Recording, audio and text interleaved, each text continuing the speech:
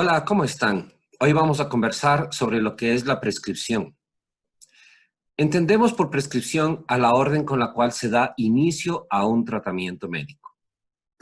En el caso de los medicamentos, obviamente se refiere a la orden con la cual estamos dando inicio a la administración de estos. Muchas veces se confunde prescripción con receta y esto no es realmente así, porque una prescripción, el primer lugar en donde tiene que quedar registrado es en el expediente del paciente. Es la información que va a dejar claramente marcado lo que el médico ha decidido comenzar a hacer con el paciente. Lógicamente, las prescripciones que quedan en los expedientes suelen condicionar la emisión de una receta. Y aunque la información es similar, no son exactamente iguales al momento de redactarlas. En el expediente, para cada medicamento que vamos a prescribir, tendremos que indicar el fármaco, la dosis, la vía de administración, el intervalo con el cual tiene que ser administrado y la duración del tratamiento. La receta, en cambio, hay que tener en cuenta que tiene dos componentes. Una que va para el farmacéutico que despachará la medicación y otra para el paciente respecto a qué tiene que hacer con ese medicamento. En el segmento que va destinado a la farmacia para la dispensación, debemos colocar el fármaco, la concentración del fármaco, la forma farmacéutica y el número de unidades. Aquí, la concentración se refiere a la cantidad del fármaco en esta forma farmacéutica. No es lo mismo concentración que dosis.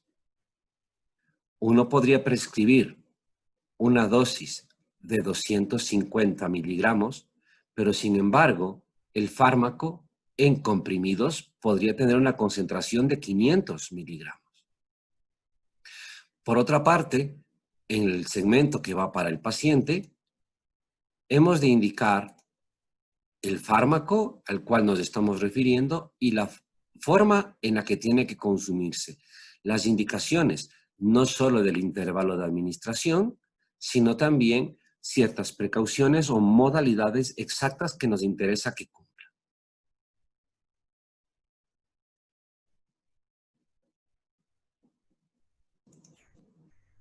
Supongamos entonces que se va a prescribir un antibiótico. En el expediente, una de las cosas que tendría que anotar va a ser justamente el fármaco y las características con las que se va a utilizar. En este caso, pondríamos, por ejemplo, ciprofloxacina, 500 miligramos por vía oral, cada 12 horas por 7 días. O, si fuera otro medicamento, podríamos escribir diclofenaco, 75 miligramos por vía intramuscular, cada 12 horas por 3 días. Notemos cómo estamos en el expediente siempre indicando el fármaco, la dosis, la vía de administración, el intervalo y la duración del tratamiento. Tiene que estar la información completa. Esto es fundamental para evitar errores de medicación, para evitar que vaya a existir mala comprensión al momento de administrar el fármaco por parte del personal de enfermería. Bien, vamos ahora a llevar el ejemplo a la receta. En el expediente habíamos escrito ciprofloxacina 500 miligramos por vía oral cada 12 horas por 7 días. Luego tenemos que escribir la receta. Y recordemos que en el segmento que va para el farmacéutico, en el récipe, vamos a colocar el fármaco, la concentración del principio activo en esa forma farmacéutica y el número de unidades que deseamos.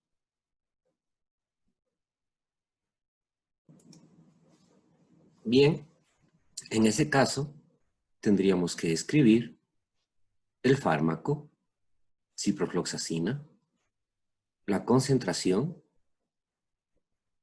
la presentación, o mejor dicho, la forma farmacéutica y el número de unidades que deseamos que nos despachen.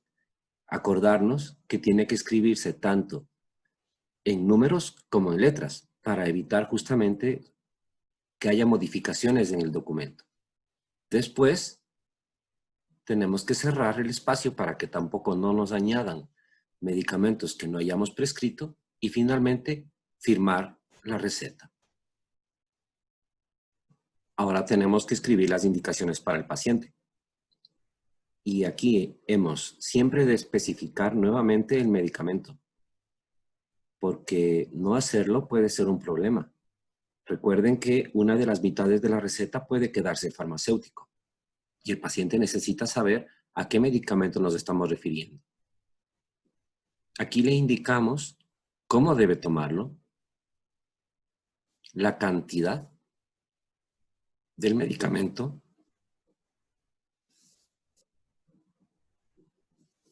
y el intervalo de toma.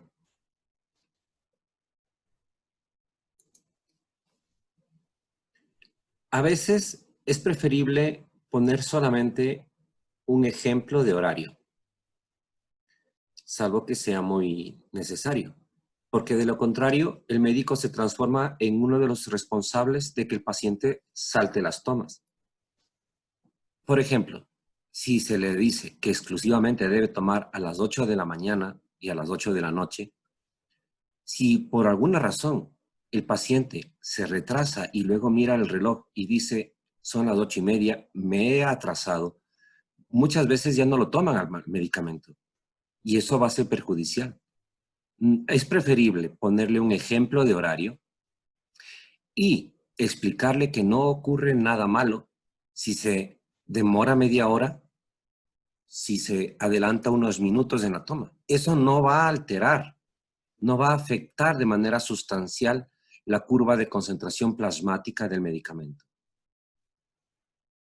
También añadimos aquí la duración y le explicamos al paciente que aunque vaya a sentir ya una mejoría, por ejemplo, no suspenda el tratamiento, que es preferible que cualquier molestia, cualquier duda que tenga, preferentemente nos comunique. Hay que darle la confianza y a veces puede ser importante escribirlo. Y lo que es muy importante siempre anotar en las indicaciones es el momento de la próxima consulta en la que estaremos controlando la situación del paciente.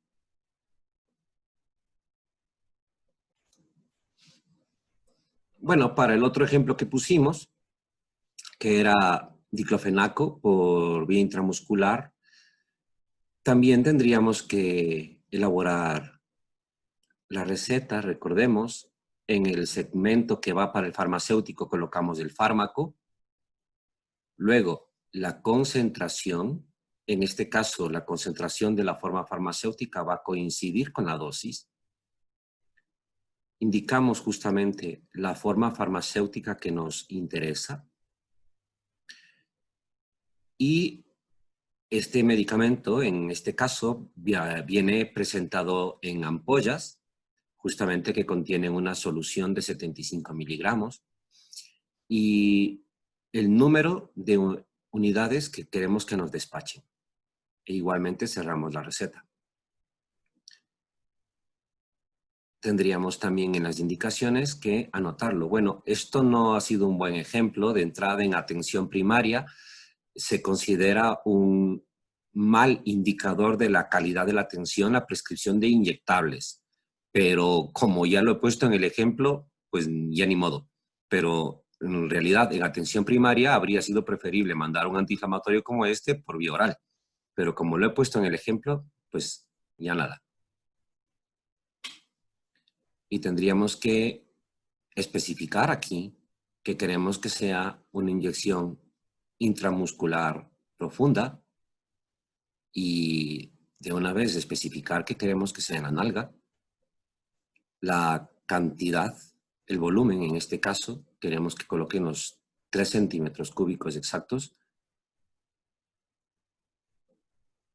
El ejemplo de horario, la duración del tratamiento y, bueno, para no demorarnos, solamente coloquemos ahora el momento de la próxima visita de control.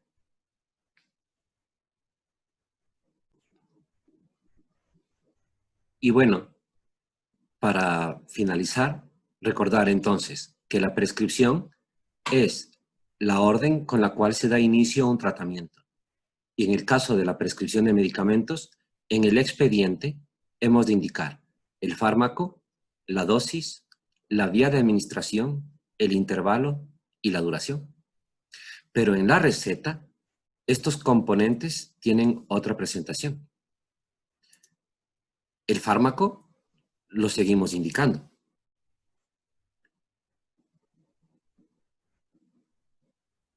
Sin embargo, hemos usado la información sobre la dosis, el intervalo y la duración del tratamiento para calcular la dosificación general del paciente y poder de esa manera conocer la concentración que nos interesa de la forma farmacéutica y el número de unidades.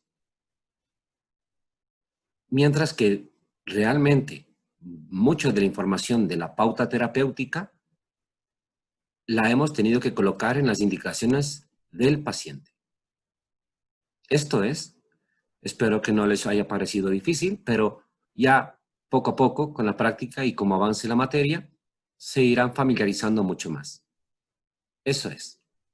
Una buena tarde.